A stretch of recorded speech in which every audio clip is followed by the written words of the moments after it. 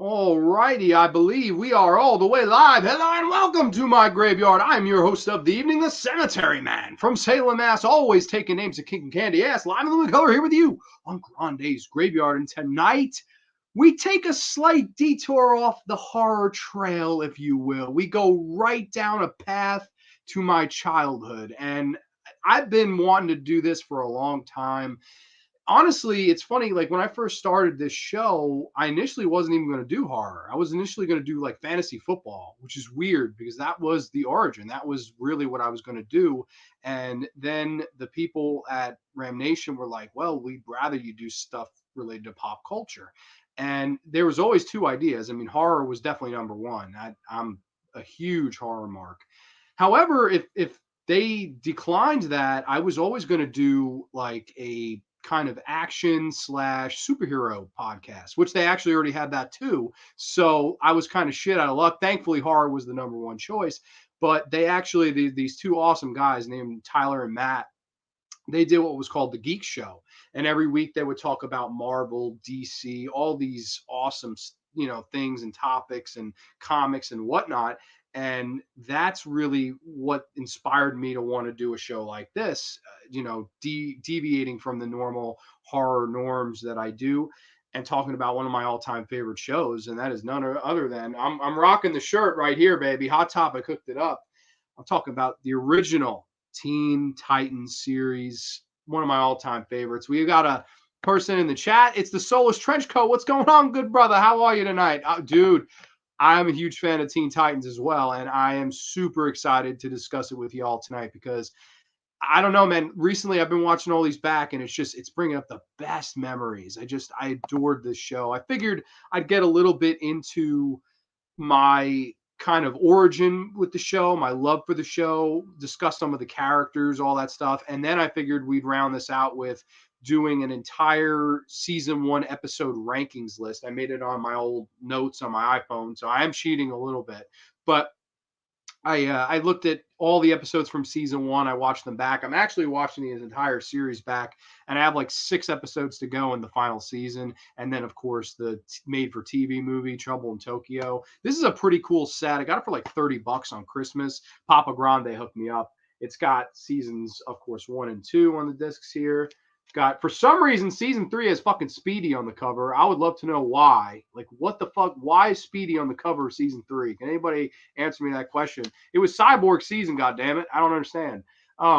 Season 4, of course, right here, which, of course, why is Raven not on the fucking season 4? It was her arc season. Makes no goddamn sense. I have season 5 in the old LG Blu-ray player right now, and then of course it's Trouble in Tokyo. This is a awesome set for $38 to get 66 episodes of Teen Titans and a movie all in Blu-ray high def. I mean, that's fucking what it's all about. I fucking absolutely think this was a great $38 spent. So I'm super stoked about that. Slade is one of my favorite interpretations of Deathstroke. Yes, we'll get into Deathstroke and Slade Wilson, if you will, all that stuff.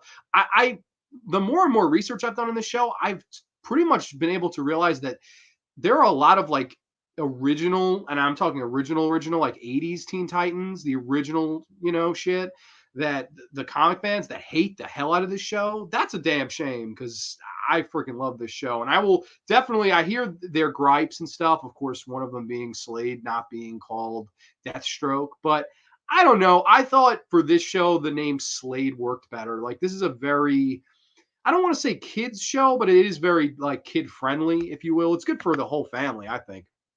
Hey, what's up? I just finished Diary of the Dead. Now watching Creepshow 2. After I watched Diary of the Dead, it's still my favorite found footage film. I love the Amish character. Oh, Samuel, the Amish man. I love it. And the ending is haunting. Yeah, I'm honestly, I really like Diary of the Dead. And it's nice that you're watching two Romero-centric films. Of course, one he directed and wrote, and then just one he wrote in Creepshow 2. I'm a huge fan. I know that today was would have been his 81st birthday. So may he rest in peace. I actually got the Fright Rags t-shirt where it's like all of his movies and on the design. It's fucking amazing, man. I absolutely love the shirt. I can't wait to get it in. Also hooked my buddy Dan up with a couple awesome birthday t-shirt gifts. So I won't say what they are because he could watch this. Sometimes he pop in from time to time, and I know he's a big Teen Titans fan, so I don't want to spoil anything for him. Got 2 awesome t-shirts for him though for his B-Day. It's coming up as well. Hell yeah, yeah, absolutely. Yeah, what the fuck? Why is Speedy on the cover? Like, I swear to you, he's in like 3 episodes in season 3. The whole season revolves around Cyborg, yet Speedy's on the fucking cover of the Blu-ray. I don't understand that at all. The DVDs are like that too. The DVDs are all fucked up like that. Like there's no Tara on any of these fan arts, which I don't understand. Like she was arguably one of the most important characters ever on the show, aside from these 5 and Slade. I would say Tara would be the next one. She's nowhere to be found on the DVD artworks and stuff. I think it comes down to Warner Brothers just not giving a shit.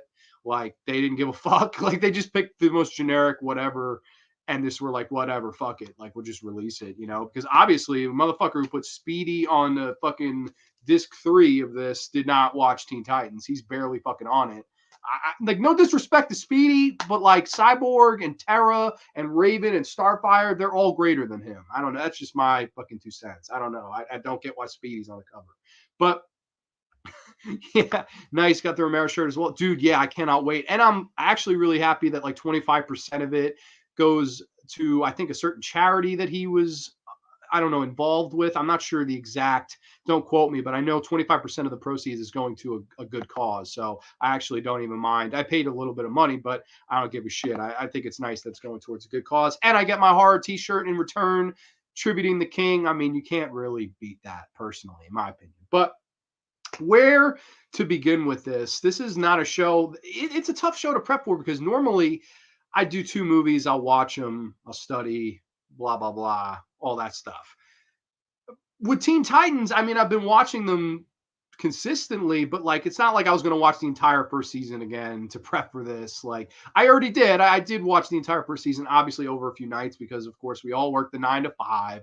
We've all got friends, family, other bullshit, other priorities we got to deal with. And that is what it is. So I couldn't really commit to watching all the episodes in 1 week. It's just not possible. And there's not enough time. But yeah, I'll be going off memory with the rankings and stuff like that. But I figured I'd talk a little bit about my origin with this show. I will never forget it. It was the summer of 2003. So your boy was the rifled age of 6 coming on 7. I was turned 7 in December of 03. So I remember seeing previews for this show on Cartoon Network, and it also aired on something else. I forget. I think just a Warner Brother for Kids, like Saturday morning channel. I don't really know. I forget the channel. I think it might have been Channel 11, WB Kids. I think Sonic the Hedgehog and the Teenage Mutant Ninja Turtles, and also I don't know if anybody remembers the Jackie Chan show, the Jackie Chan animated show with Jade and the little like token things. That was a fucking amazing show. Nobody ever mentions that shit. It's almost like it wasn't made. But I remember really liking that a lot too. Like even more so than a lot of the shows at that time, which is saying a lot because there was a lot of good shows at that time. But I remember seeing the coming attractions and commercials promoting Teen Titans, and they promoted it in an interesting way where it was like, hey, these are 5 kids. These are 5 kids that are going to work together and fight crime every week. And I don't know what it was. I don't know because on paper, to be honest, the only one of these 5 I knew before this show was Robin, was the leader. And I think probably most people would be in my shoes with that too, unless obviously more people my age. I guess older people probably were in the know. Obviously knew who these other characters were, but I didn't know. I mean, I didn't know who she was. I didn't know Cyborg. I didn't know Raven. Didn't know Beast Boy. Didn't know them. I just saw the commercial and said, "Hey, let me go watch this. You know, let me see what this is all about." And man, I remember watching The Final Exam, which was the first episode aired. I know it wasn't technically the first one produced, but it was technically the pilot. Final Exam, when the Titans take on the Hive. And I'll get into each one of these episodes in detail of season 1. But I just loved it from the minute I watched it. And what I loved the most was just some of the banter and interactions away from the crime, because at this time you had shows like Justice League, which to this day gets a lot more praise than this show and probably more critical praise. But dare I say, I think what makes Teen Titans stand out more for me is not just the teen and youth aspect of it, but it was the fact that they were a family. Like here where these kids, oh, where's the remote? Oh, well, let's go for pizza. Oh, I want the last slice. No, you want the last slice? Fuck you, man. I kicked more ass in battle than you ever did. I earned the last slice. And all of these kind of family interactions between these five and the character development and the character episodes and the character growth from where we start in season one to where we end with things change in season five. I just am flabbergasted by how well it was handled and how many different stories they were able to tell without getting old, feeling repetitive, or just feeling utter disgust or other disappointment. There's very few Teen Titans episodes that I dislike to a crazy degree. This show's consistency is just wild. And like I remember once I watched that first episode, I said I can't wait for next week. And the next however many weeks of season one, I was like, wow, man, like this, I can't wait for season two, and so on and so forth. And I remember watching them every single night that they debuted and just was super excited. I have pictures. I don't have them on me. I don't know where they are, but I have pictures of myself with Teen Titans memorabilia from when I was 7. I was a lifelong fan of this show. And I remember for years, I kind of took time away from it. Like, I think they were airing on Boomerang in like reruns. And I would watch them from time to time in college. And then one day they just kind of disappeared from Boomerang. And of course, the only alternative is Teen Titans Go, which is the worst spinoff, in my opinion, of all time. I was like, damn, man, it's been a while since I've had my Teen Titans fix. And thus, Papa G comes through with this awesome blue. And man, I just felt like, why the hell not come on the channel and discuss my love for this thing, because I'm a monster fan. We got a ton of comments. Trenchy and Aiden are going back and forth. Let's see. Red X and Wally are better than Speedy. Yeah, what the hell? Same. I love supporting the Romero Foundation. I got a badass T-shirt. What's not to love? Exactly. It goes for a good cause. I'm happy. They're happy. You can't beat that. Who's better than us? Cartoon Network and WB. Yes, yes, sir.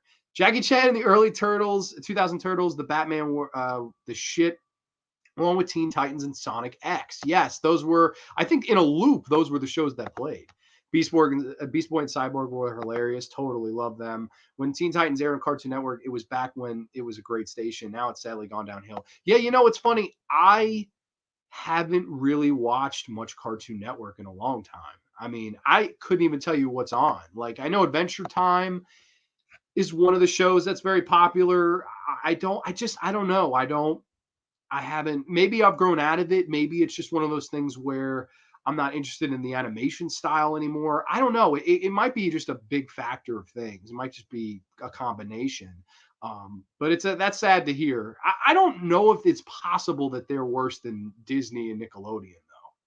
Like, I don't think Disney or Nickelodeon has ever been worse than it is now. I would still say Cartoon Network of the three. If I had to pick one to dare to watch, it would be Cartoon Network for sure. For me, I don't know. Granted, that would be a fucking crapshoot, and I don't even know if there is a correct answer of those three, but I would probably lean towards that one.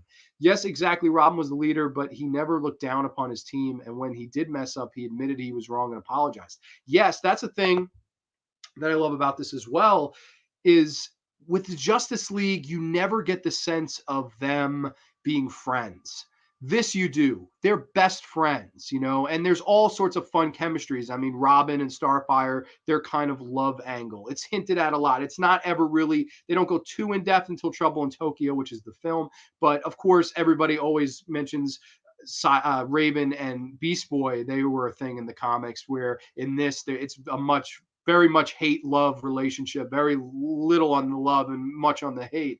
But I think deep down inside, a lot of these episodes show you that Raven does think the world of Beast Boy, and vice versa. It's just sometimes they both have a hard way of showing it. But yeah, that's what I really love is none of these characters are perfect. None of them. And they all will admit when they're wrong. But at the end of the day, that doesn't mean that they can't fight back and they can't fight through it. And I just think something so cool to introduce to kids, because like I was a kid watching this going, how great is this? Like they all have their proverbial kryptonite.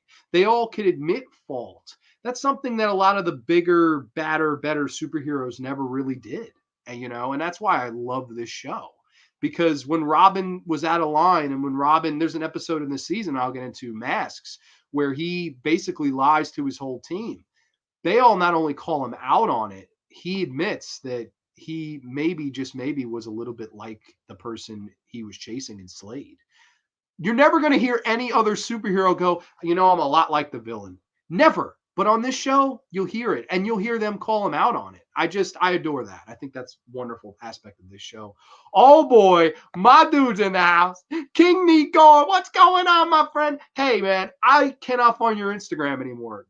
Are you off Instagram? I've been trying to message you fun horror bullshit for a few days, and I can't find you. So please, if you're on there, please let me know, because I love talking with you about nonsense and horror and whatnot. Corey's into Heezy, baby. Oh, one of your faves? It's one of my faves as well. Howdy, everybody. Yes, exactly. Teen Titans has stories that when they're dealt with adult situations. Yeah, absolutely, man. Yeah. I love that kind of aspect of the show. We can run through the cast really quick, and I have some cool merch. I have some I can go with, we'll go through the merch first to show you how big of a fan I am. This video game, it's not the greatest. I can't lie. All right. I can't lie. I know it's my favorite cartoon show and my favorite superhero show of all time, but this fucking game, it's a little lackluster.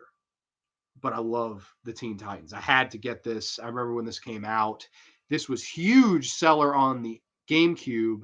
But of course, PlayStation 2, it really did not sell well at all. And this was really hard to find. I eventually found it not too long ago at this retro gaming place that's it's like maybe 20 minutes from my house. I was like, holy shit, I saw it. And I had requested it numerous times. And there it was finally. Spent stupid money on it. But just to say, hey, I got the Teen Titans video game forever. Now I can say that.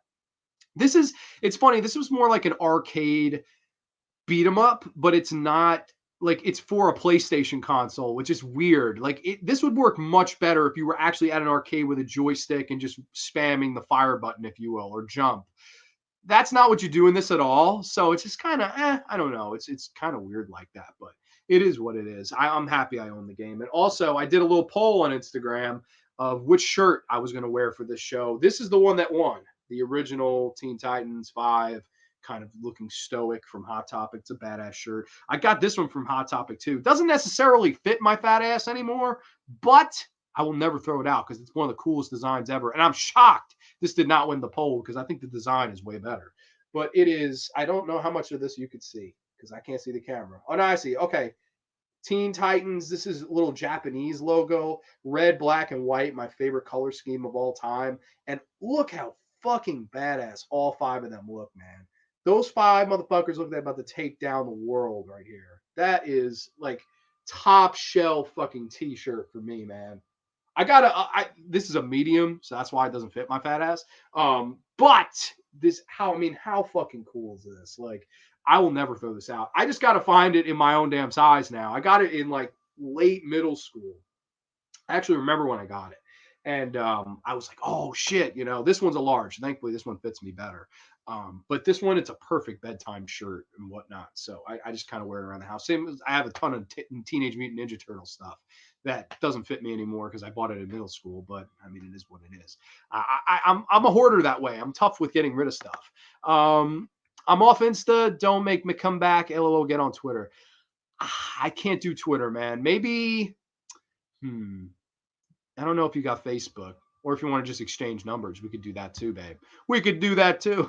Agreed. I will never mention that terrible spinoff again. Oh, fuck Teen Titans Go. Oh my God. Thank you, man. Thank you. Yeah, I'm a huge fan. I love this shirt. And I love the Japanese like lettering above it. I think that's cool. Because that's the thing with this show too, is the animation style. So many shows at that time, like Batman the Animated Series, like Batman Beyond, like Justice League, it was the standard American palette and style. And there's nothing wrong with that. I like the look of it. I like hand-drawn animation 100 times more than computer-generated animation. That's just me.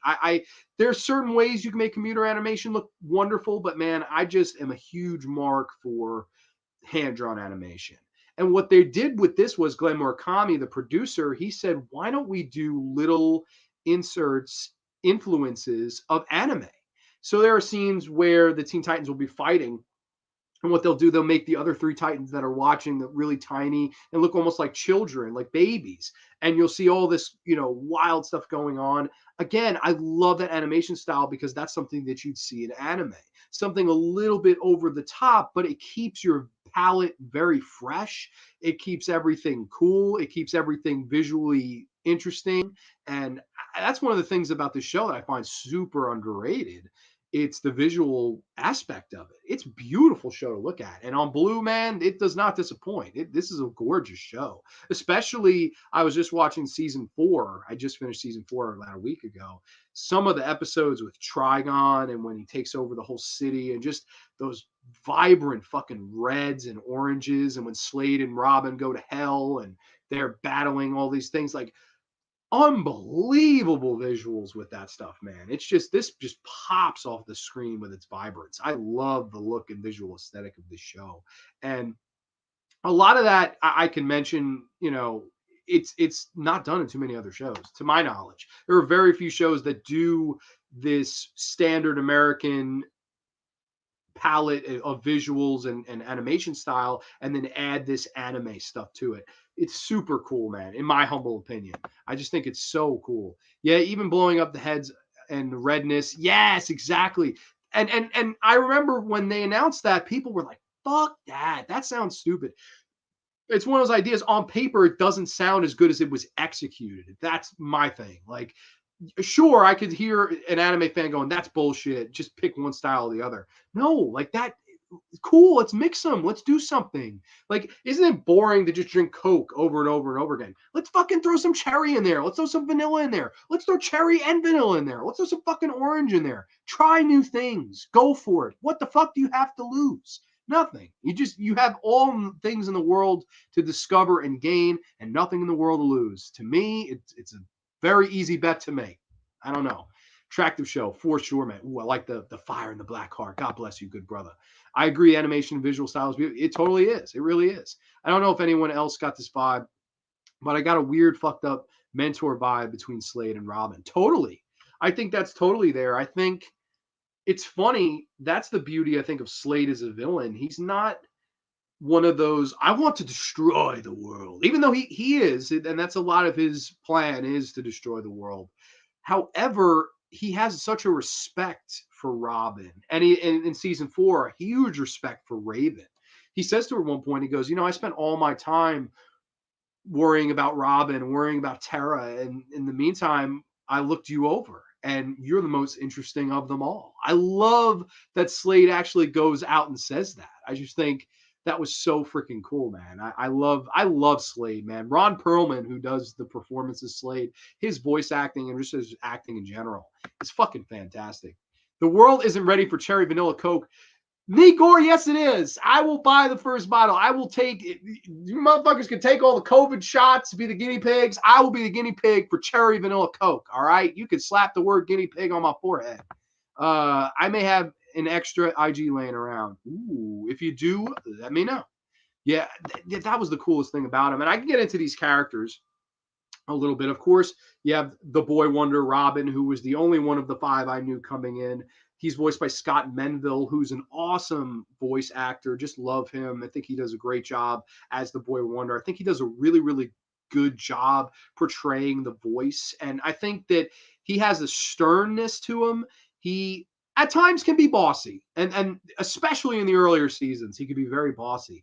However, I think what I love about him the most is that he does take charge. This is not the holy rusted metal Batman. This isn't the sidekick Robin, and we all love that Robin too. We do. I mean, I would be lying if I said I didn't.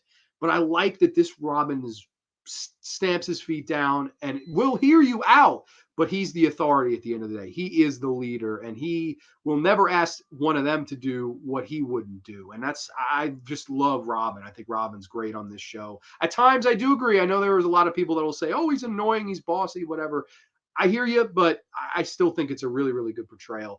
As a child, my favorite was this guy right here, Cyborg. Absolutely. And to this day, I love Cyborg. He's probably second now that I've rewatched this through adult eyes, and I'll tell you who number 1 is. But Cyborg, man, it's just one of the best characters of all time. And it's his voice actor is Carrie Payton, who he's also on The Walking Dead. I think towards the latter half of it, he played the character Ezekiel. I've never watched past season 2, so I honestly don't know. I'm sure he's great. Carrie Payton's fucking fantastic actor. And to me, what was so interesting was he brought such a personality to Cyborg. Because in the comics, everything I've researched, Cyborg was badass and strong and had a cool design, but he had no personality. In steps Carrie Payton and just completely blows that comic character out of the water, because here's a guy that, yeah, he was a jock. This is Victor Stone, obviously, was the origin story here. And he had everything taken away from him in an accident, thus making him mostly cyborg and part human. And I love how he struggles with the conflict of being human versus being machine. And I just love the way they tell a lot of these stories. I think they're just fantastic. I love the one in season 2 where he has to fight Atlas, and he tells him at the end, Atlas goes, "You are the better fighter." And Cyborg goes, "No, I'm the better person." I think he was great. I think of these 5, he was the most mature. And in a lot of ways, I think that he's the one that I found the most interesting as a child, because I was able to relate to him the most. I think there's something about him that's so endearing when they win a battle and he'll go, "Booyah!" I mean, that's just amazing. Every single time, it never gets old. It's just such a wonderful character. He loves to eat everything. He'll eat the couch. He'll eat the tire. He'll eat everything. He's always bitching at Beast Boy. "God damn, why can't we just eat regular meat? God damn it." Like all that stuff. I just think Carrie Payton as Cyborg is wonderful. I can't get enough of his performance. Can't get enough of the character. Easily my second favorite Titan, and it's a 1A and 1B type of thing. Because Cyborg is my dude forever. Of course, I guess we can just go. We'll go across. Beast Boy. I won't lie. Beast Boy, even to this day, is sort of the weak one for me of the 5. I still like the character. I still like Greg Sipes, the voice actor. He does a wonderful job. Fun fact, in real life, he is actually a vegetarian slash vegan. And of course, Beast Boy is a vegetarian because he could turn into all these animals. Obviously, he doesn't want to eat meat because he's been some of these animals. He even says this in the first season. I think he does a wonderful job too at adding the kind of comedic relief. And I think a lot of kids, like whoever was the class clown, could really gravitate towards Beast Boy the best. I think that's the beauty of Beast Boy. I think a lot of the younger kids, and even though there was something about Cyborg I always just looked up to and found endearing. Beast Boy is very much more the comic relief, and I think Greg Sipes does a wonderful job as the voice actor. I think he just nails it. Of course, you have Starfire, who is a badass, strong, kick-ass Tamaranian girl who I think she blows her comic counterpart out of the water.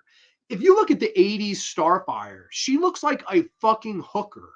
Like, it's bad. Like, her hair is everywhere. Her fucking yitties are everywhere. Like, it looks like a fucking, like, sea-level prostitute that you'd find in the fucking corner of Atlantic City. And like, I just think it looks like shit. But in this, they completely blow that character out of the water, because in this, she's not a hoe, number one. Number two, I like the design as much as the fanboys will bitch and moan and groan. I love this design. I think this design, I don't know how well, it's a little bit of a glare. I think it's nice. The purple boots, purple shirt. There's still, obviously she's not completely covered up or anything, but she's not Ho City like she was in the original, like the 80s Teen Titans. Um, I thought the beauty of this character was the innocence and not knowing and learning all these things about Earth, and how weird some certain things can sound to somebody who is not of this country or of this Earth. And like, that's why I really like Starfire. She's the innocence of the show. And you find out in season 2 that maybe she's just the most important Titan of them all, because she is kind of the glue that holds them together. And I'll get into that when I discuss season 2 on a later episode. But I think Hynden Walsh, who's the actress who portrays Starfire, I think she does a wonderful job.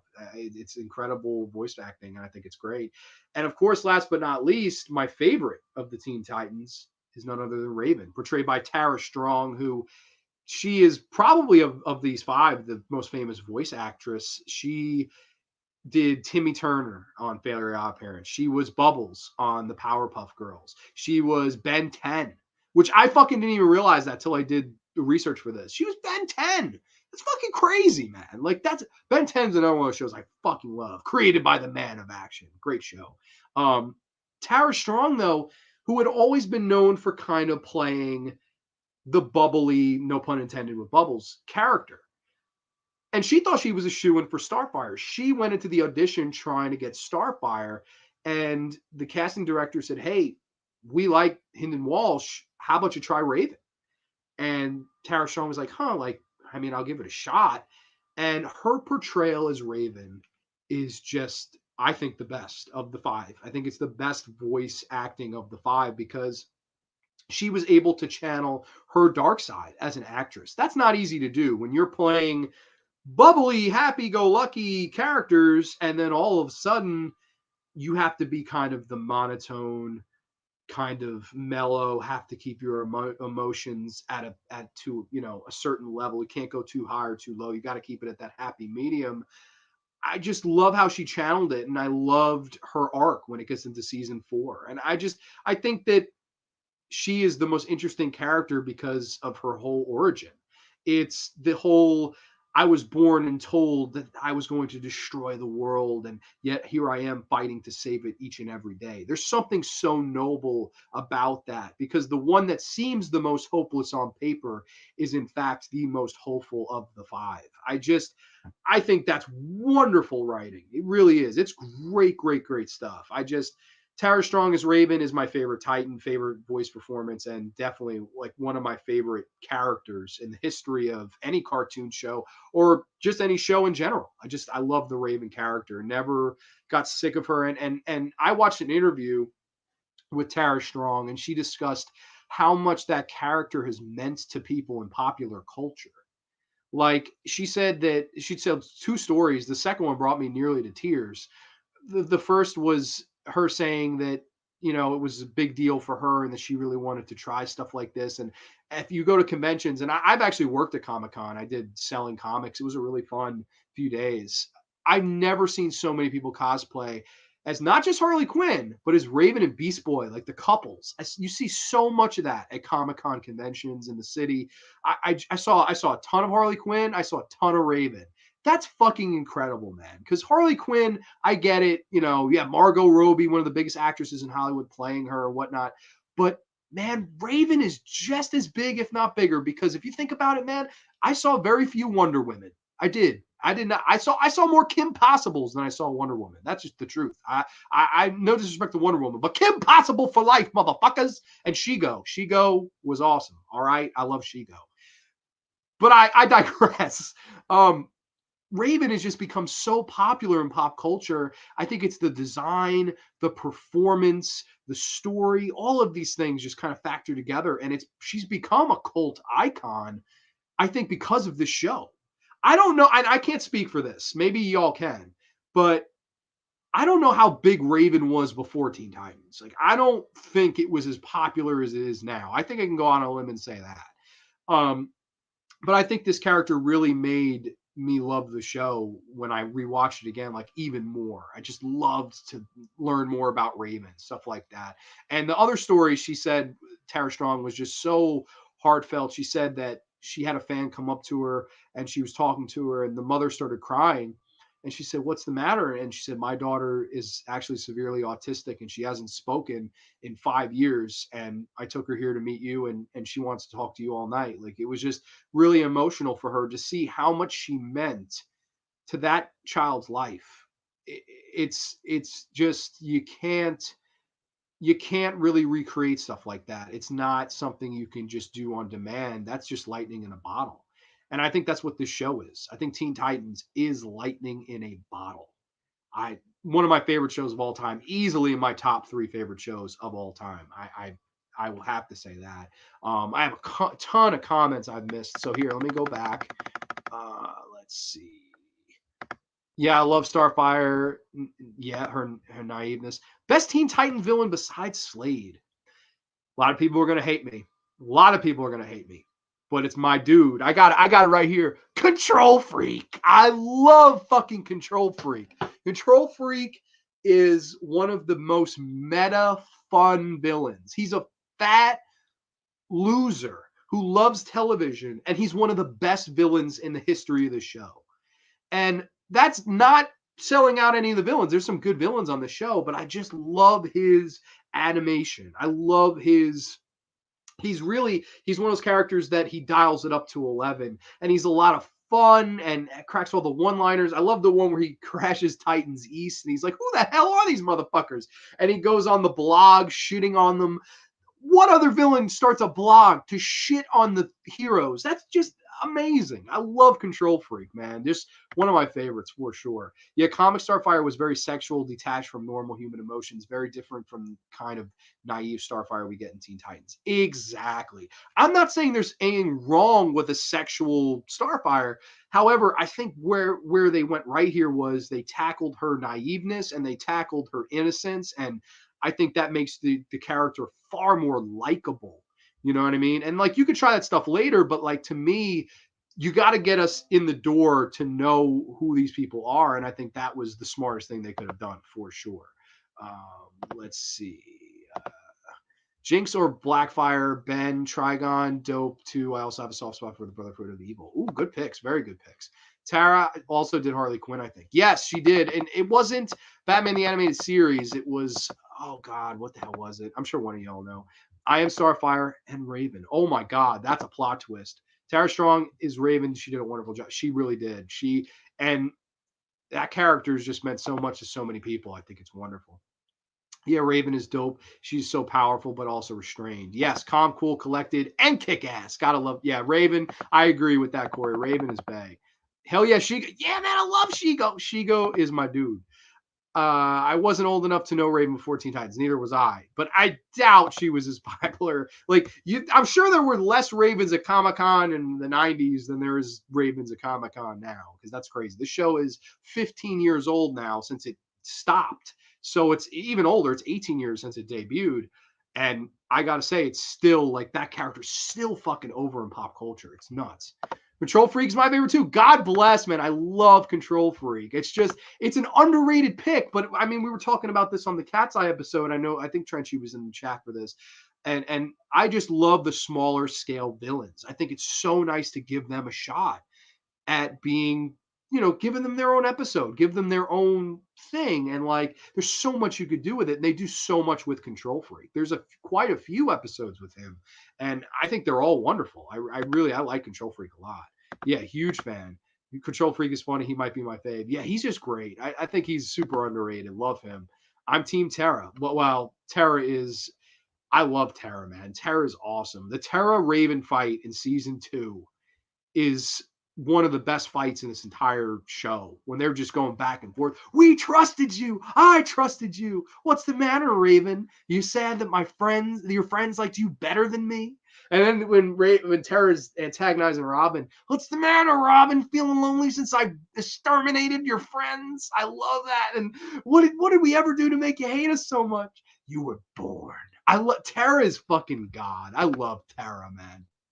Raven was always my favorite. She had so much emotion, and honestly, it showed a way people who are depressed can isolate themselves, like how she always never came out due to fear. Yeah, that's the thing. Like Raven speaks to so many people. It's easily the most relatable character on this show, and like I never realized that as a kid. It was more when I watch it now, going, wow, like this is why Raven means so much to the world. There's so much there. It's such a multi-layered character. And Gid, what's going on, good brother? I'm sorry. How are you, my friend? I hope all is well tonight. Oh yeah, and Red X, but don't know if he counts as a villain more anti-hero. I don't know. We never find out who Red X is, but man, I freaking love Red X. One of the coolest designs ever. Trenchy, blood, chilling. All right, so I have I think gushed over this show enough. I mean, 39 minutes in, and we can get into, I guess, my episode rankings for season 1. Of course, I will definitely do more of these. Like I'm gonna do every season, and then maybe a top 10, like all together favorite episodes. But tonight I wanted to do season 1, rank all the episodes of season 1. Of course, this was Mr. Robin's arc right here on the Blu-ray disc. This is one of the covers they got right at season 3, Speedy. Just saying. But I have the whole list on my phone. Also have some more comments. Everything is great, my brother. Gid, glad to hear it, brother. Thank you for joining the show tonight. It's just cool to hear you talk about this. I enjoy it. Oh, man, dude. You know, it's funny. I've wanted to do superheroes for a long time. And me and you have had wonderful discussions talking about the Penguin and the Joker. And I love talking all things superhero, supervillain psychology with you. It's just, you're such an enlightening person to discuss things with. And like, I don't know, just love. And you're always awake too. Like, you'll talk to me about shit at like 3 a.m. Be like, hey man, you up? I'm like, yeah. This is obviously before I work 9 to 5. But man, me and Gid always love talking the shit about anything psychology wise. So love you, good brother. Good friends forever. Tara whooped ass. Her sacrifice was so moving. Oh my dude, you were the best friend I ever had. Bro, every time it makes me nearly cry. It's fucking, yeah, totally heartbreaking for sure. Nice superhero is my favorite genre. Yeah, it's fun. It's so much fun. Like, I mean, horror is probably still my favorite genre, but I like doing this too. I think this is so much fun. I'd like to do this about more stuff. I would love, me and Nate did a fun Batman retrospective. That would be a fun one to throw on this channel. So maybe one of these days. Nigor, thank you so much for your support, brother. Much love to you. We need to do a lot. Oh, absolutely, man. Yeah, maybe we'll do top 10 villains or something like that. That would be a lot of fun for sure. Always down to have you back on the graveyard. If you missed it, check out me. Me and Gid Dahmer actually did a show together, and he was just such a fun guest to have. We talked all things about his filmmaking and stuff like that. Really cool stuff. But I've got the list up here. I've got the notes right here. This is Teen Titans season 1 rankings. It's hard for me to cover them all up, so we can go through these. I'm going to go through this episode by episode, give you likes, dislikes, why I rank it, where I rank it. I'll go in depth on more so some of these more than others. Obviously, I can't really go super in depth on all of them. We'll literally be here all night. I will say, to preface this by saying, I counted The Apprentice as one episode. It's a 2-parter. See, what every season did was they had standalone episodes and then they had overall season arcs. So season 1 arcs was Robin, season 2 was Terra, season 3 Cyborg, season 4 Raven, season 5 Beast Boy, and unfortunately Starfire never got her own season, which is absolute fucking bullshit in my opinion.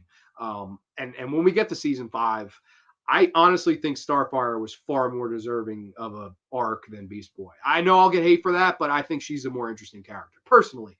But I don't know if there's ever a season 6, maybe, just maybe, we'll finally get our Starfire episode. But we're going to jump right into the list, starting at the bottom. So there were 13 technical episodes, but I'm counting The Apprentice as one, so it's going to be a top 12, if you will. Teen Titans season 1 ranked. We're going to start from the bottom at 12 all the way up to the top. Here we go. All right. Coming in at the bottom, my least favorite episode of season 1, it is Deep Six. This was an interesting episode because they actually brought in Will Wheaton to play Aqualad. Will Wheaton of course, Stand By Me fame. Of course, he's an awesome actor, and he was a giant fan of the original Teen Titans show, thus why he wanted to be Aqualad. He comes in, he basically, there's like a villain, I think Trident, something like that in the ocean, and he's like, your trash is in my ocean or whatever. That's actually another episode. But now he asked the Teen Titans to come down to help him. And basically he and Beast Boy argue for most of the episode. The other Titans are kind of pushed to the side. It's mostly Beast Boy and Aqualad just arguing. And like, I don't know. I didn't care for this episode much. It's one of the lowest rated ones overall on most lists I've seen, and for right reasons. I honestly am not the biggest fan of Deep Six. I didn't think it had that much to bring to the table, and it was kind of just mostly arguing the entire episode. Wasn't the worst episode of the show overall, but I would say it's the worst of season 1. I'm not a big fan of Deep Six. Will Wheaton does fine as Aqualad, but it's just there wasn't really much for anybody to do, and it was just kind of, even visually, it was kind of a boring episode. I don't know, not a big fan of Deep Six. That one is at the bottom. Coming in at number 11, it is Car Trouble. This was a Cyborg-centric episode, and I will say, I think Cyborg got much better episodes as the series went on than he did in season one. I like season two. I thought I love the one where he faces Atlas. I love that one where he has to go past his limits and rise above, and he goes above 100% to overcome the odds and save his friends and be the hero of the day. I love that one. There's also the one where he breaks into the hive and he is offered being a human again, like not being a cyborg anymore, and he gets emotional and he just thinks about maybe I should just give in, turn on my friends, and this way I can have my own flesh and blood back. But he doesn't do it because even though he wanted to be that guy all along, to Starfire, who has just a great character moment with him, she says, I know you love that past version of yourself. However, this is how I met you, and this is how we love you. We see you nothing more than who you are, and that's why we love you. I think Cyborg was done so much better in other seasons. This episode, it's mostly about like he builds the T car, then it gets stolen, destroyed, and Raven kind of helps him rebuild it. And there's a nice, I like their character interaction. It's very few of that. See, the thing with season one, you get a lot more character driven episodes as opposed to the other seasons where you have an episode where Starfire and Beast Boy, they have an episode together, where Starfire and Raven have an episode together. This one's Cyborg and Raven. You don't necessarily get those interactions with those specific characters in the rest of the, you get a lot of Robin and Starfire. You get a lot of standalone Cyborg. You get a lot of Beast Boy Raven. But I liked that it was cool to see Raven and Cyborg together. And it was mostly about Cyborg's love for his car, if you will. I thought it was okay. It was a lighthearted one. Nothing great though. Just like kind of a average episode. Believe it or not, I thought this was weird. They aired it after the season finale. So apparently, this is, I'm going on a limb and guessing here. The producers were probably like, I don't want to air this in the initial run. We're going to wait till after the fucking finale to make sure that maybe this gets views. People go, what the hell? What didn't the season just end? Oh, we'll tune in for this. So maybe they just didn't have faith in that episode. I don't know. Not one of my favorites, one of the lesser ones. Next one coming at number 10, it is the sum of his parts. Yes, yeah, another Cyborg episode. I promise, Cyborg is one of my favorites, but I definitely, there's some later episodes I think they do far better. This one I like the message of. This one basically, all the Titans are out having a picnic, and Cyborg actually loses battery life, and he powers down when they're playing a football game. And instead of going home and recharging, he tries to help them fight Mumbo, who's played by Tom Kenny, who's wonderful in this. And he actually goes on to have his own episode in season 3. He was a great villain. And the song, he's the master of your fate. Excellent stuff. Love that stuff too.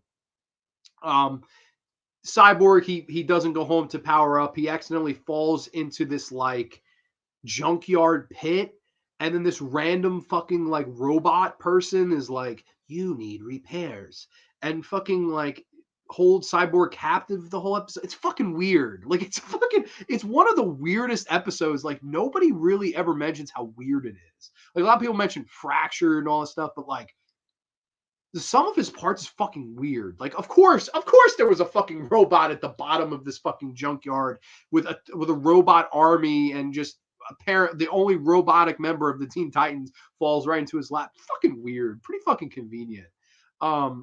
The other Titans come down to save him, and he Cyborg kind of has to make this robot guy realize that there's so much more to life than repairs and being a robot. You have to be human too at the end of the day, and that's what the robot stuff can maybe set us apart, but in a different but a good way. I like the message. I think it's a well told message. I just think the episode itself was a little bit like stagnant until the end. I think it needed a little oomph, like maybe a better villain. I don't know. I just didn't like it. And Mumbo kind of takes a back seat to that. And I think Mumbo should have been the main villain. Maybe Mumbo captures him or something. I don't know. I think that would have been much better than what they did, but not a bad episode. Definitely. I like the message. It has a nice heart to it.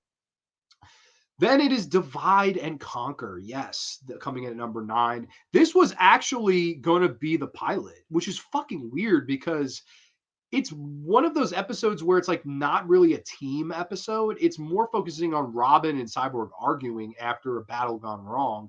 The old, if you got the Sonic, I got the boom, which is epic. And they do this whole tag team thing where Robin throws the Sonic and Cyborg shoots his Sonic laser, Sonic Boom. Awesome stuff. They basically argue, and Cyborg quits the Teen Titans, which as a pilot, that would have been just so weird. Like, oh, the season premiere, Cyborg quit the Titans. Like, oh my God. Like, it would have had no emotional oomph to it to me because we just got introduced to these characters. Thankfully, they aired it third. So it was more like, I remember when I watched it, I was like, what? Cyborg's leaving? I love Cyborg. This can't fucking happen. And of course, it doesn't fucking happen. But I thought that was an interesting way to, if they were going to try to start the show off that way, that would have been a weird road to go down. In fact, if you watch the episode closely, you see the like silhouettes of the intro, which is awesome. The intro, I can get into the intro a little bit, but all of the like the character animations they use for the intro, it's all in the beginning of this episode. Starfire throwing the star bolts, them all standing there, all that stuff is in Divide and Conquer. That's the template they used for the theme song intro that they used for the rest of the 5 seasons. So I thought that was interesting that they actually it's proof that this was the pilot. This was the first thing they shot and said, fuck it, we'll reuse this stuff and put it in the theme song. Crazy. But I can get into the theme song a little bit before I continue the list. What an epic flippin' theme song, man. One of my all-time favorites. And weirdly enough, at this time, like, I don't remember Justice League's theme, but it was like something like very like, I don't know. I want to say pretentious. Yeah, pretentious.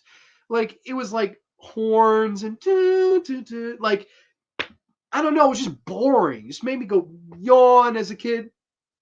Teen Titans, here comes Teen Titans. It is straight punk rock. You bring in Puffy Amiyumi, who kicked fucking ass. God bless and rock on to Puffy Amiyumi, coming in with this kick-ass old school fucking punk rock theme song for this show.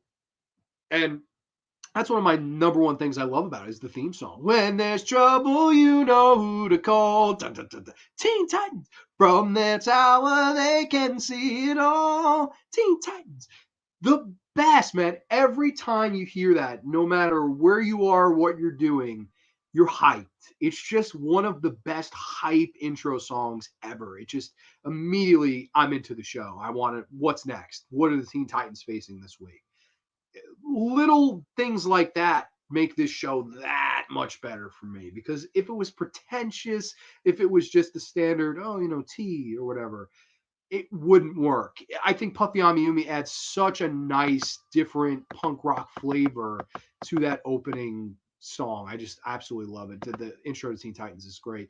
Starfire definitely should have gotten an arc, and we found out who Red X was for sure. Wouldn't that have been cool to somehow do an arc where Red X maybe had a thing for Starfire, and because he was so similar to Robin, maybe she had second thoughts and maybe thought, hey, maybe I do love Red X. That would have been interesting to do like a love triangle angle for season 6. Wouldn't that have been really cool? And like Robin and Red X have to fight for Starfire, but then Starfire decides that she does truly love Robin, or I don't know. You could have done so much with that stuff. I believe the original plan or pitch was that her planet was going to be under attack, and they were going to spend the entire season on Tamaranian, wherever. That was the initial pitch. I'm on that. Like the entire season you were going to spend there. I don't know how you get standalone episodes from that. Like, would they have gone back to Titans East? Would they have gone back to Kid Flash? I don't know. Like that would have been interesting to see, but I don't know. I would have more preferred season 6 being like around them and the tower. Like I didn't. That's the thing.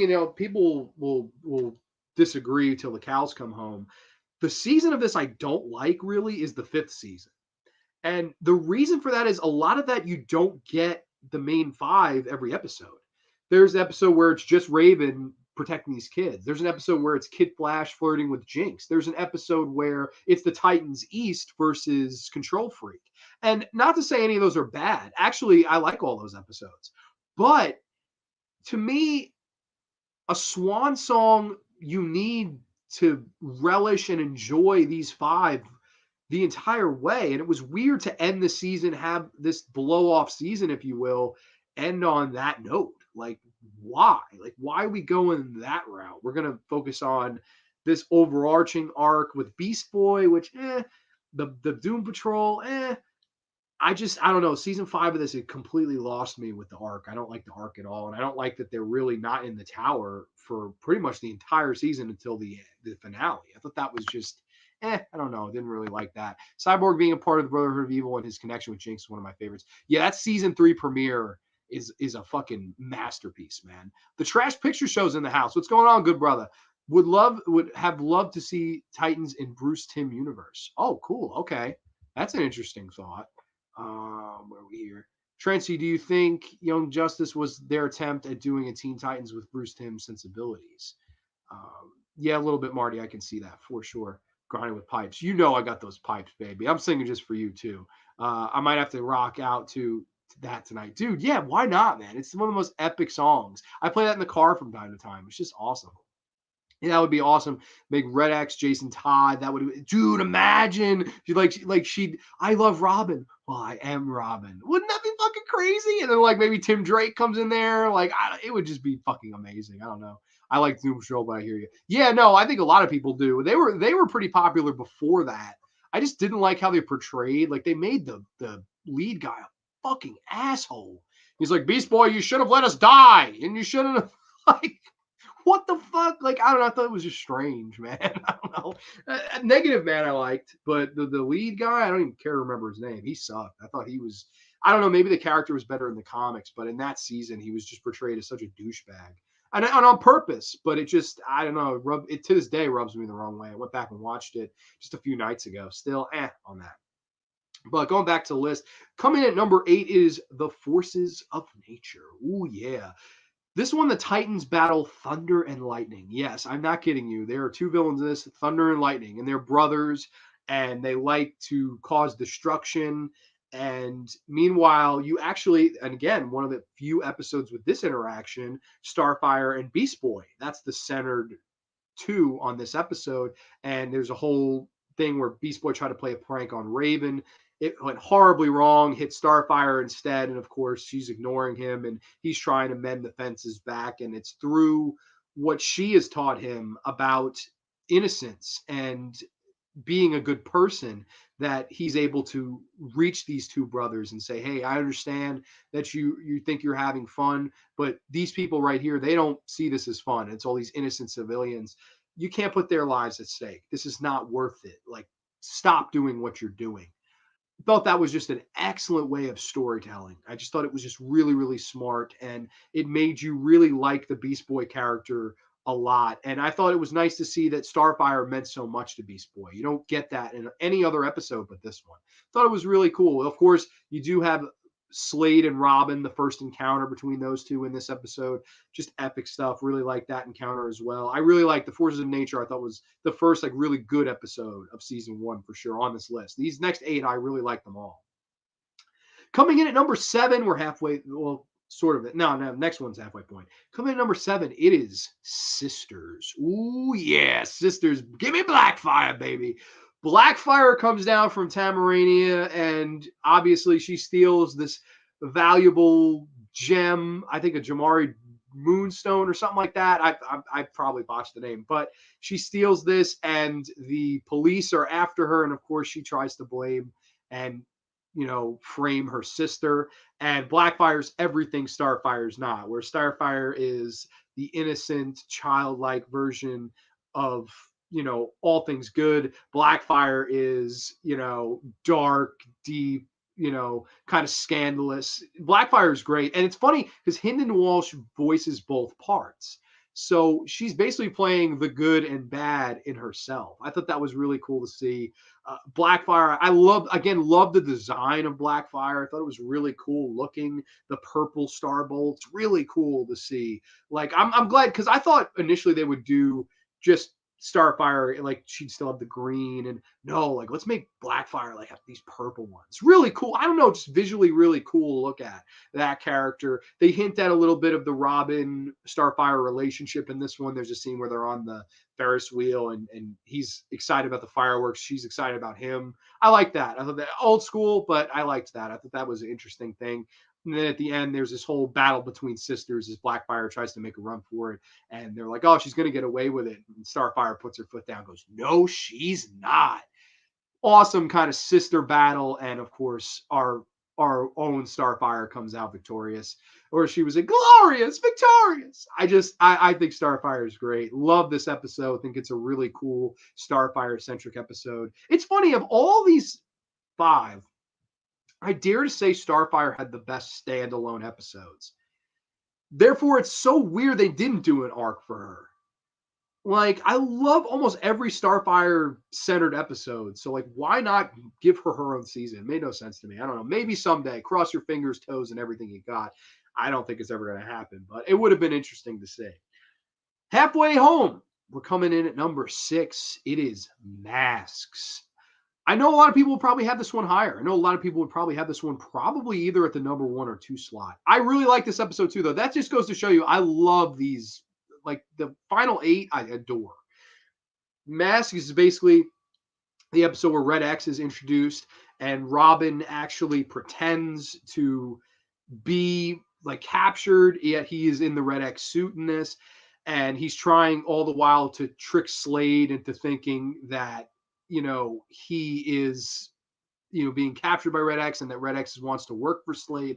But meanwhile, he's just trying to get Slade's trust and get in Slade's company. So therefore, he can get the upper hand on Slade. He's basically trying to trick everyone. And of course, there's a point in the episode where Beast Boy is about to get run over by this train.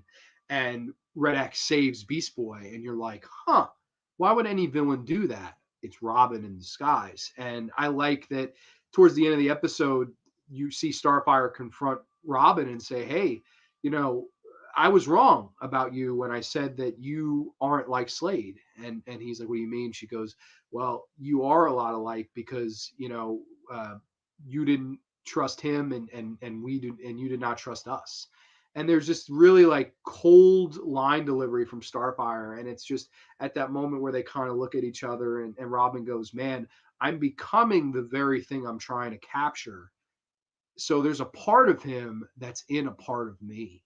And it's a very dark side of Robin that we never really see again.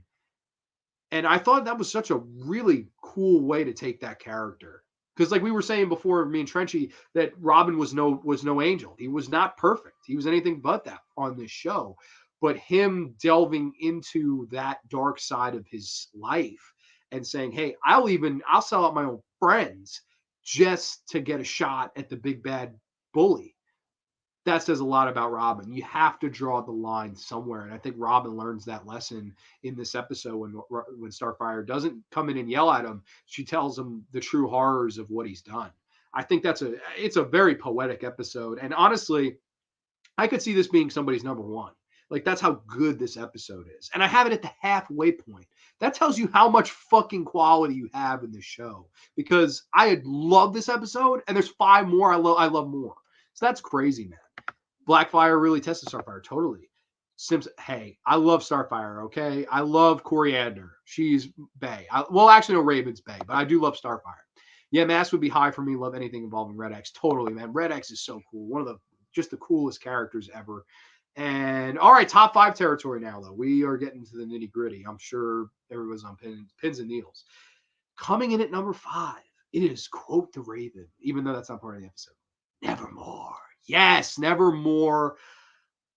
One of the coolest, fucking craziest episodes of Teen Titans. Basically, what would it be like if we took a trip into the darkest mind of our darkest Titan? And of course, I'm talking about Raven.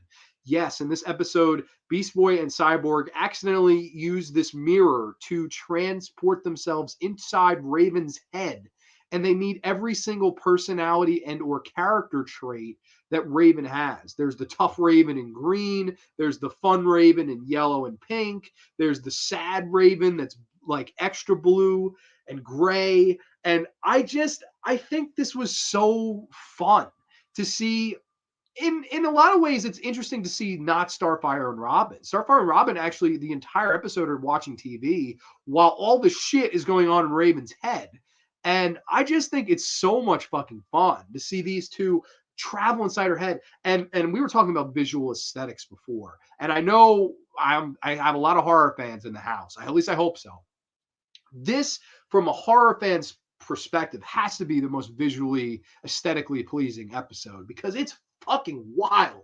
Like you have, it's like outer space almost, it looks like, and there's this path and they walk to, and then it's just like all these like this yellow world and like all these like little creepy like creatures and shit with four eyes, like red eyes, scary shit. But it's presented in a wonderful way, and I love this and all the colors of Raven's robes and shit.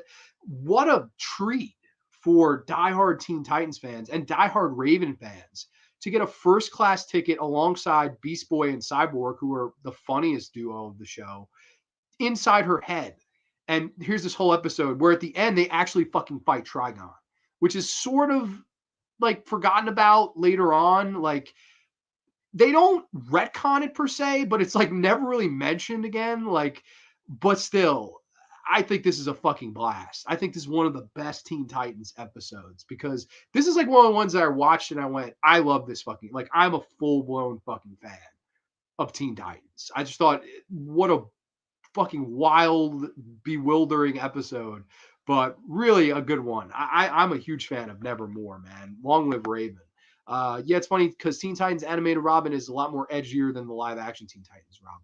Yeah, it's interesting. My favorite episode, hell yeah. See, I can totally see because I know you're a big horror fan, and I just think all the visuals in this is fucking wild. Just like wow, like look at this shit, man. And then of course fighting Trigon at the end, and Raven tells them to go, and Beast Boy and Cyborg are like, "We ain't going anywhere. We got your back." I love Raven's realization of these two. They may be goofy, they may not always be up to the best of things, but at the end of the day, they got my back, and they're my true friends. And at the end, they run into Starfire and Robin, and they were like, "What were you up to?" And they were like, "Well, just getting to know each other a little bit better."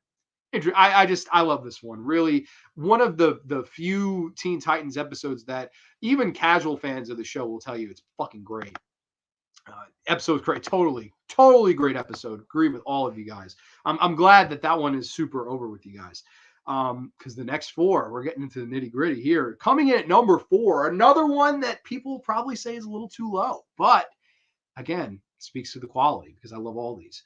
Coming in at number 4, it is The Apprentice, Part 1 and Part 2. Of course, I just decided why split them up. It's like, let's say I had one lower than the other. It's just weird to talk about Part 2 before Part 1, or to talk about Part 1, then another one, then Part 2. It would just be fucking weird. I would say that these all these two just they work together as an episode. Basically, this is where you get your arc payoff of the season, where Robin is forced to become Slade's apprentice, and all because Slade tricked the Titans, and Slade is forcing Robin now to work with him because of all these like micro probes he has. So you see Robin have to face off against his own friends and family, and you see it's something he doesn't want to do. And I love that arc for Robin because here before in the episode Masks, he was doing that, but he was doing that under his own will. Now he's being bossed and told what to do and told to not hold back. And Robin actually takes out all 4 Titans at once. So it's badass. I mean, the only one without powers is able to take on the entire team at the same time and kick their candy ass, including, and he has to shoot his own girl, Starfire, with a laser cannon. That's fucking crazy. Like, that's some deep shit. And then I love in Part 2 where Robin, he jumps into the thing to be infected himself. And he looks at Slade and he goes, "You know what, Slade? In order to beat us, you'll have to lose your apprentice. And I know how you hate to lose." And you get this epic scene where Slade turns off the microprobes and takes on the Titans by himself. And he gets his ass kicked. All 5 of the Titans get their offense in, kick his candy ass, kick his mask straight off his face. And Slade gives, of course, the wonderful line, "Another day, Robin, another day." And Slade escapes into season 2. I just thought it was a really cool way to kind of have all 5 of them shine and behind their leader, nonetheless. And I liked that they all got their shots in on Slade because Slade put them through hell. And I liked that even though Robin maybe bent that bridge a little bit between he and his own team, at the end of the day, they said, "Hey, we know what you went through. We'll stay by you no matter what, and we're a team through this no matter what. I think it was a really nice storytelling episode for Robin. I thought in a lot of ways it was one of the most important episodes for his character because he really does become full circle and matures from where the season starts to where it ends. Robin grows the most for sure, and that makes sense. It's his arc season. My favorite Teen Titans episode of all time has to be Haunted, dude.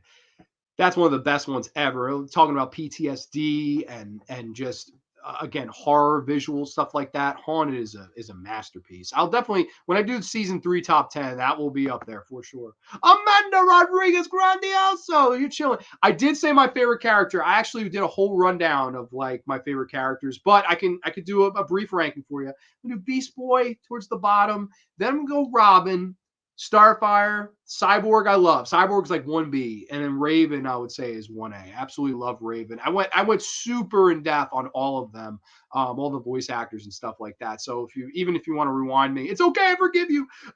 But yeah, no, I am a huge Raven mark, huge fan. She is just like one of the most interesting, multi-layered characters of all time. Absolutely love Raven. I think there's so much to that character. I usually count two-parters as one. Yeah, I figured just for the sake of making the list work better. Let's see. Yeah, I love how we never see Slave's face. It adds to the mystique of his character, kind of like Vader in the OG trilogy. Yeah, it's really cool. And to see him get his ass beat, man. Like the whole season, he's just kind of in the shadows. And then to see all 5 of them just beat the crap out of him and to the point where he's just off to the ropes running. I thought that was an awesome kind of way for me to go, oh my God, I can't wait for season 2. Like, what is Slade going to do to rebound from this? Really cool stuff, I think. Coming in at number 3, we're in the top 3 now, ladies and gents. So top 3 of season 1. It is Mad Mod. Oh yeah, Mad Mod, of course, starring the legendary Malcolm McDowell as Mad Mod. I actually had the privilege to meet Malcolm McDowell, really cool, of course, from Clockwork Orange fame, and a lot of people now know him probably from those Rob Zombie Halloween remakes as he played Loomis. But I just think Mad Mod is one of the best fun episodes of Teen Titans. You basically have all 5 Teen Titans, they get captured in Mad Mod's school of illusions, if you will. And all of them are in class and stuff, and they have to fight through all of these little tests and stuff and tricks and all these things to come together and finally face and defeat Mad Mod. And what I love about this episode so much is the tongue-in-cheek aspect. It's very fucking Scooby-Doo. And what I mean by that is it's very like there's a scene where they're chasing Mad Mod and they actually play some Puffy Ami Yumi. They play K2G, if you will. And it's just such a fun song as they're chasing Mad Mod on his moped and you see the 3 of them. It's just epic, man. I just absolutely love the fun factor of this. See, every now and again, Teen Titans would do an episode that was just fun. You didn't have to take it seriously. You could turn your brain off, get some popcorn, get cozy on the couch, and just turn your brain off for 20 minutes and just enjoy the shit on the screen. I just love those kind of episodes, and Mad Mod is at the peak of that. I think it's just such a fun villain. Malcolm McDowell had a really fun time with the role, and I like that Robin finds at the end that Mad Mod is just a trick himself, and it's an old man pulling all the tricks and stuff. And there's also this funny gag with Beast Boy. He keeps getting hypnotized, and the only way to get him out of it is to make him laugh. And Raven's like, I don't do funny. And Cyborg's like, you asked for it, bitch. And gives Raven a fucking wet willy. And like, no, you don't see shit like that in most Teen Titans episodes. Thought it had a wonderful, like, child nature to it, if you will. It just had a really good heart to it. Really liked that episode, Mad Mod. I think that's an excellent one. Let's see. Dan Giulianotti's in the Heezy. What's going on, good brother? See, I said I knew he was going to come in. I mentioned that I got you your birthday gifts today, good brother. But yeah, that's at the beginning. I didn't spoil it, so if you want to rewind, I don't blame you. But yeah, no, I got some good shit today. I actually spent a little dough today, but I don't know. I was feeling like it, man. Yeah, silliness is great. Yeah, totally love Mad Mod. Mad Mod is a lot of fun. But coming in now, we're going top two territory, ladies and gents.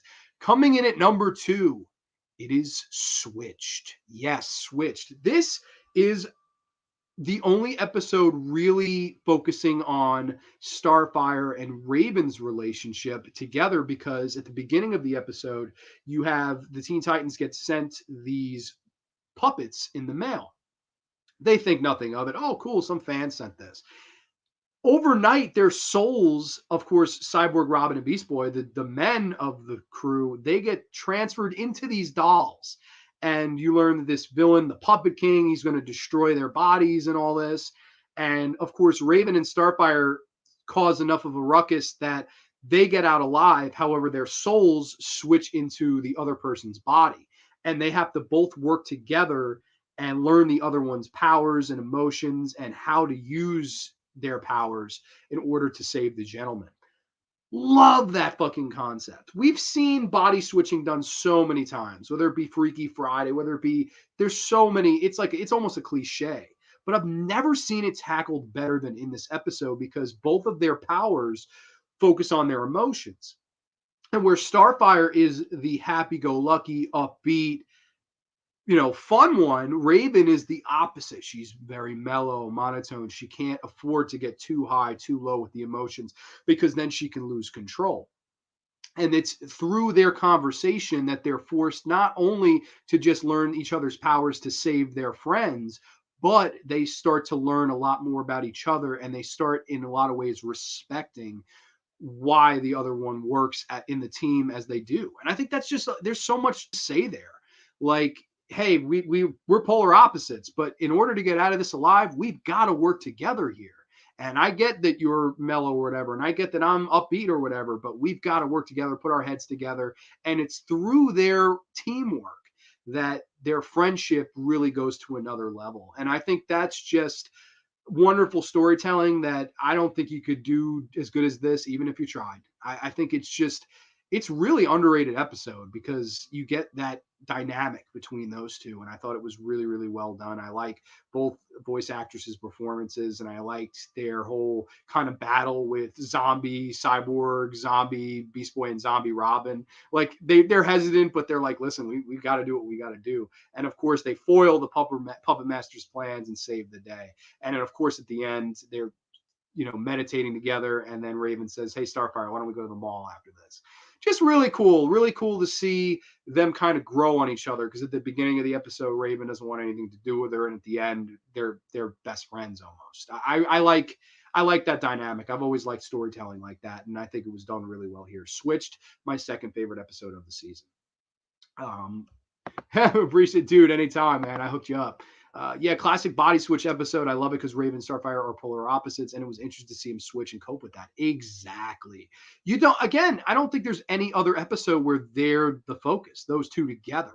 You have plenty with just Starfire, plenty with just Raven, very few with just them two. And you get a lot of that in season one. You get a Starfire Beast Boy, you get a Cyborg Raven, you get a lot of like two characters that interact that you don't get to see much of the rest of the series. And I thought this was the best one of all of those for sure. Raven trying to teach Starfire how to meditate was awesome. Yeah, I like Azeroth, Metreon, Zinthos. It breaks the lock. And then she's like, how the hell do you use Starbolts? And she goes, unbridled fury. And Raven's like, fuck, I don't know what the fuck she's talking about. Like, I love that shit, man. It's just like, look at her like, shit, I don't, unbridled passion and fury. That's not Raven. But I don't know. She has to learn that. And she does. I thought that was really cool. So now we're here. We are at the number one slot. And if you've been keeping along on IMDb or whatever the episode list, you've known it since I've said number two. It is Final Exam. Yes, the first ever episode to air of this show. Now, a lot of people are probably like, that's a very interesting choice for number one. Probably most disagree, and that's fair enough. I mean, I in a lot of ways, Switched is probably a better episode. But I will say that if there was a reason that I got, the Teen Titans video game, and if there was a reason that I collected all this merch over the years of Teen Titans, that I've been a super fan, I look no further than this episode because this is really what sets Teen Titans apart from anything else I've mentioned, whether it be the Justice League, Batman the Animated Series, whatever you want to say, even Spider-Man, which I am cheating, ladies and gentlemen. I am wearing Spider-Man socks. You can't really tell, but I promise they're Spider-Man socks. Spider-Man's my second favorite superhero. I'll just go out and say that. But what really sets Teen Titans apart to me is the fact that they fucking have to work together, and you get that team aspect in this episode because this starts off, they're just bitching, arguing. Oh yeah, yeah, the alphabetized Beast Boy. Yes, dude, that is good clean comedy. I love that. They're out to get pizza. They're arguing, bickering, whatever. And the Hive Three, of course, Jinx, Mammoth, and Gizmo, they come out and they absolutely school the Teen Titans. They whip their ass. They literally throw Robin through a black hole. Like Robin, you'd think Robin may be dead, and the other four, they meet together like, oh my God, tell me that didn't just happen. And then, of course, the Hive take over the Titans Tower and kick them out of their own home and take and re-alphabetize Beast Boys CD collection, God damn it. They change everything. And Robin shows up and says, hey, we're not ready. We're not done. We are ready for round 3. And the Teen Titans have to think about their game plan, work together, and they overcome the people who had kicked their ass at the beginning of the episode. And I think that's why I've grown to love them most of all, is because there's a lot of times when Teen Titans, they get their asses kicked. There's a lot of times where they are on their heels, but they also, there are times where they have to regroup and they have to say, hey, we have to put other shit aside. We've got to get this accomplished. And they rise above and they find a way to expose all the weaknesses of this other 3 group. And I thought this was just such a really cool teamwork episode where you get all these character episodes focusing on one character or the other. This really feels like all 5 of them, it's their episode collectively. And like that's why I think overall it's so much easier to love them as more so than a Batman, than a Spider-Man, than a Superman.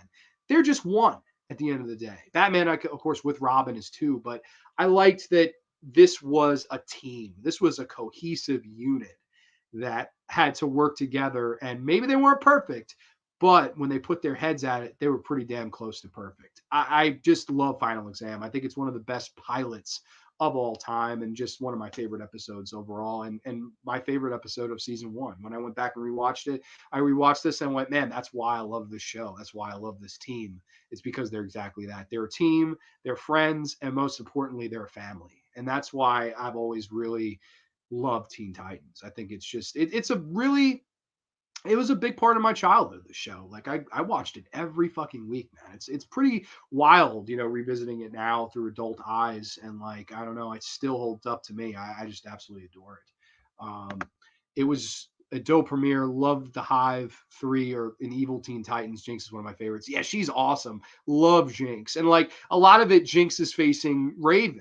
And then they're like, wait a minute, why do we have to do that? Why don't we switch it up? And like they switch up everything to just keep throwing curveballs at him, hit him with a left when they think they're going to get the proverbial right. And that's how they overcome the Hive. I thought that was a really cool psychology, to look at it. Always hated Gizmo, that little rat. Yeah, I hated Gizmo too. Fun fact, Gizmo and Jinx are the same voice actor, which is fucking weird. But yeah, it's the same person, which I always thought was very strange. And I believe, don't quote me on this, but I believe the voice actor for Mammoth was the same actor who went on to play Trigon, who was Raven's father, of course. So that was the same voice actor for that. So crazy. They brought a lot of people back for this stuff. They got some great names. I mean, Ron Perlman is Slade. Tom Kenny is Mumbo. You got just so many great voice actors for this show, man. It's actually wild. But yeah, that is season 1. My ranking list. I gave, of course, my character rankings, the reason I love the show, the reason I grew up, loving this show and all this good stuff, the importance of all these characters, voice actors, all that stuff. It was fun, man. This was a stroll down memory lane that I just had wanted to take for a while. And I love talking horror every week. I do. It's like my favorite thing in the world, actually. But going a little different with this was just so much fun. It was so much fun revisiting all of these. And I promise you, I will do season 2, 3, 4, and 5. I'll do top 10 and then like my overall, maybe I'll do an overall top 10. That would be a lot of fun because that I haven't done yet. I've done seasons 1 through 4 ranked, and now I'm watching season 5. And when I finish that, I will definitely give my rankings on that as well. But yeah, no, I'm glad. It seemed like the whole time people were here enjoying themselves. I mean, Trenchy, I think you were here from the first minute, man. I appreciate that. And everybody that joined. I mean, there's too many to mention. It was fun taking the stroll down memory lane with y'all, because it had been a while since I really thought about that time of my life, but it was a big part of it, man. This team, Teen Titans, if you will, this show, one of my faves ever. So it was really fun to revisit this with y'all, and I will definitely be back with stuff like this for sure. Yeah, I'd like to branch out and do more superhero stuff on my channel in the future as well. Yeah, it's fun. It's always fun. Like it's a good time, dude. Oh, absolutely, man. We can talk superheroes whenever the hell you want. I like talking superheroes with you. See, you and me, I feel like we share a very similar psychology with, like, especially I liked that you appreciated smaller scale villains like me. Like a lot of people, they just fucking it's the main villain. It's the Joker. Whereas, like, why not talk about the Penguin? Why not talk about the Riddler? Why not, like, I always like to hear about the other, lower key villains. I think it's just so much more interesting. There's so much more you can do with it because it hasn't been done in the mainstream as much as the Joker. You know what I mean? I don't know. I just think that stuff is cool. But all righty, I guess we'll probably call this a show for the night. The Master of Fear's in the easy too. What's up, buddy? My channel is mostly Spider-Man, but Teen Titans does hold a special place in my heart. It was a second favorite animated show on TV. I was a kid, and even now. Oh, dude, that's awesome. See, it's funny. Spider-Man was number 2 growing up. Like, I love fucking Spider-Man 1 and Spider-Man 2. Just huge fan. And then Spider-Man the animated series, I adore. I still have a ton of Spider-Man figures. I have one. It's like magnetic hands, and it can climb shit. Like, it's fucking incredible, man. I'm a huge Spider-Man guy. But Devin, what's going on, good brother? Happy you caught right at the end here. Penguin is my favorite villain, not gonna lie. See, that's cool. I like the lower key villains. Even Spider-Man, I was a huge Scorpion fan. Like, nobody ever mentions Scorpion. Like, where's the movie with Scorpion? Hell, I can go out on a limb here. Where the fuck is the live action movie of this? Where? In a world where we get a Justice League live action movie that nobody fucking liked, Aquaman, all that shit. Where is the live action version of this? Did Teen Titans Go seriously kill that too? Granted, it killed my spirit. It killed my fucking, heart when Teen Titans Go came out, and I saw how bad it was. But this, where is the movie? Like, where, I know Trouble in Tokyo is a good movie, but, like, where's the live action Teen Titans movie? Like, I think that would be so sick. I'd be the first motherfucker in line for that. Even Teenage Mutant Ninja Turtles, granted, I don't like either one of those movies. I think the Michael Bay versions are terrible, but at least they got their own fucking movie. Jesus. Yeah, there are a lot of fun B-level villains. Yeah, the best, man. Beers and a easy. Toad is my top. Dude, very cool. Fun fact, I believe it was X-Men. Oh man, what the fuck, for the PS1? Oh, was it X-Men Generations? I had one of the X-Men games where I would take Toad. It was basically like Mortal Kombat, but with X-Men, and I would take Toad all the time. He had a sick ability with his tongue where I could hit somebody. He had like a crazy reach, if you will, like if you for Fight Night people out there. I had a weird fucking crossover, but Toad's reach was nuts, and he could be the agility and shit. You jump all over the fucking arena. That was a fun character take. I kicked ass with Toad back in the day. They're making a live action Tom and Jerry. It's time for live action Teen Time. Yeah, what the fuck? Fucking Tom and Jerry in a hotel with fucking Chloe Grace Moretz. Oh, Chloe Grace Moretz. I'm gonna fucking cover up my big titties. Fuck you, Chloe. You were fucking shitty Carrie, floating out of the fucking prom like the Emperor, fucking walking away from exploding cars like Iron Man. Bitch, you're Carrie White. What the fuck? Number one, you're too hot to be Carrie White. Number two, get the fuck out of here. You're not no fucking hotel manager. Did you see the trailer to that Tom and Jerry movie? What the fuck? Oh my God, man. And they look like shit. How do you fuck up Tom and Jerry's design? They look like fucking CGI shit.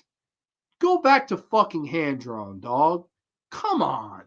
That shit's horrible, man. Live action Titan show. Yep, I knew somebody was going to say that.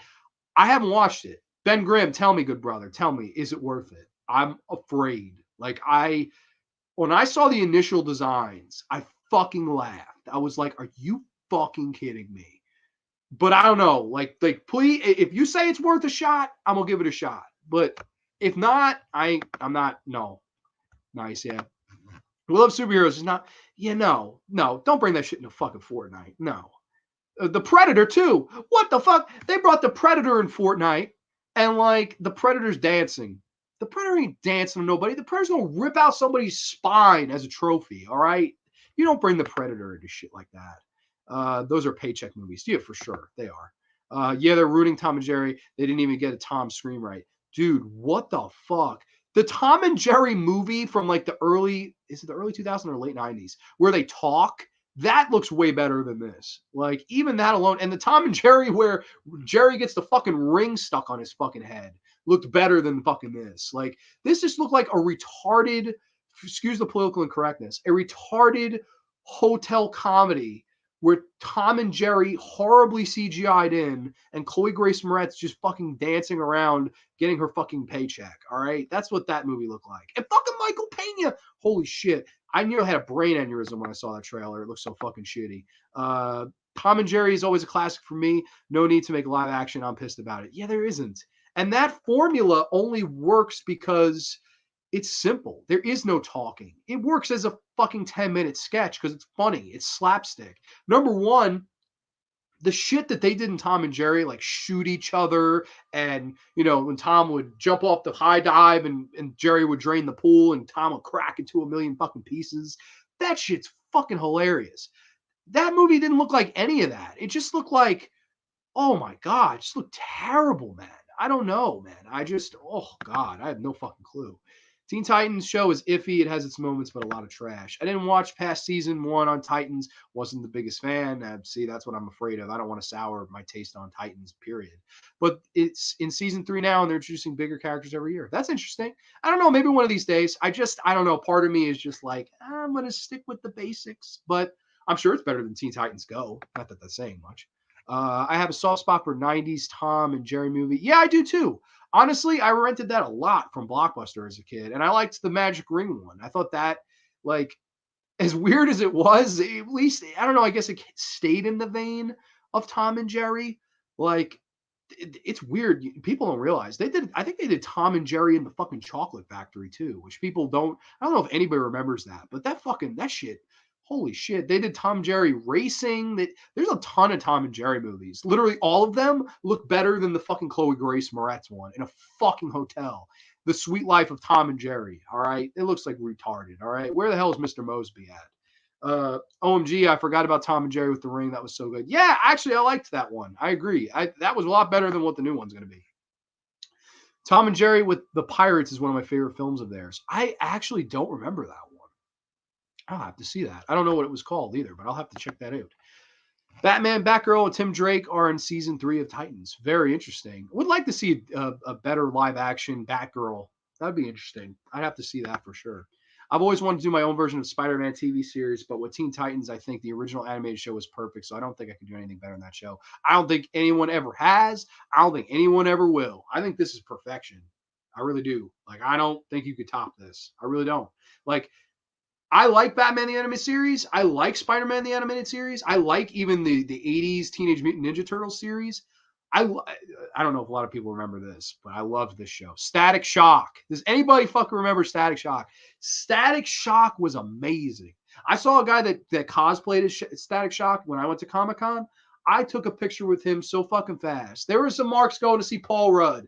I was the mark that stopped Static Shock's fucking cosplayer and took a picture with him when I was working. All right. I got yelled at pretty bad, but it didn't fucking matter because it was worth it. All right.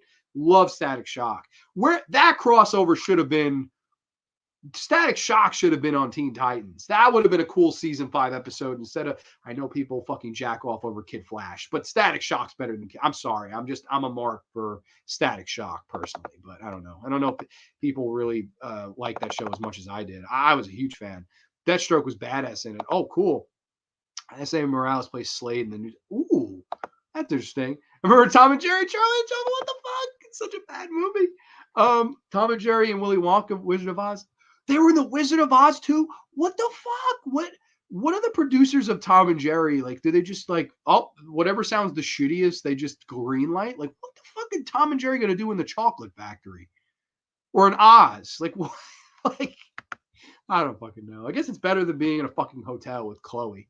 I hate Teen Titans actor pick for Batman. Good actor, but doesn't fit Batman. I'd have to. I haven't seen. I can't really comment on that. Static Shock was dope. Static Shock was awesome. Okay, we got some Static Shock fans in the house. WB Kids 11 TV. I used to watch that before church when I was a kid. Oh, dude, that's awesome. Static Shock before church. That's a fucking combo. Oh man, Static Shock was a legend. Does anyone know? Is that on Blu-ray? Is that series on Blu-ray? I don't like. If it is, I'm buying it. Like I'll buy it right now. Like I'm a huge Static Shock fan. Love that shit.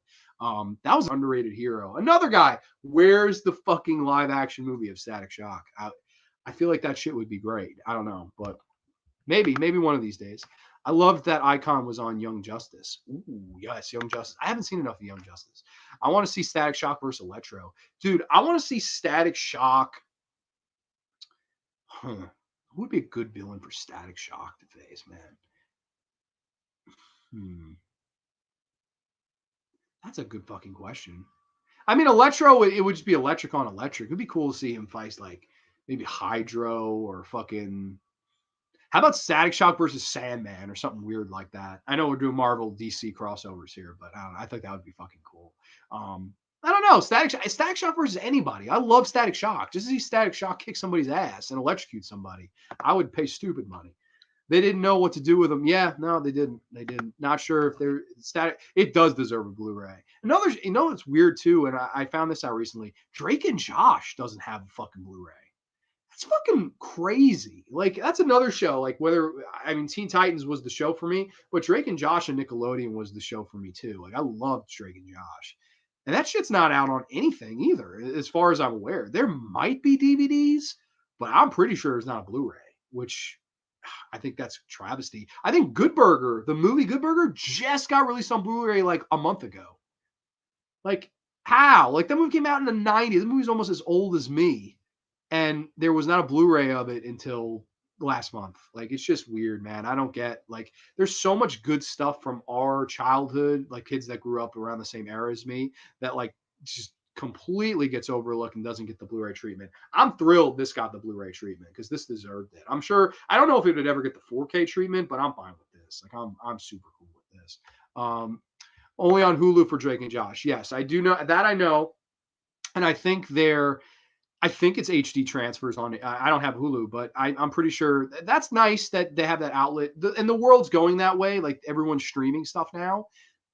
But I don't know. I think it would be nice to have an actual like fucking physical copy. But I think it's nice that at least it's on something because I know Teen Titans isn't, and I'm pretty sure Static Shock's not on any streaming service. I'll go out on a limb and say that Static Shock was on Justice League cartoon, part of Future Justice League in the last season of the cartoon. Yes, I remember there was a Static Shock and Batman interaction where they mention Teen Titans. Like he's like, where the hell's Robin? He's like, he's with the Titans. And he was like, you'll meet them someday. And I remember being like, holy shit. And then I remember it never happened. And I was like, well, what the fuck? Why did you tease me like that, motherfuckers? Like, what was the game from that?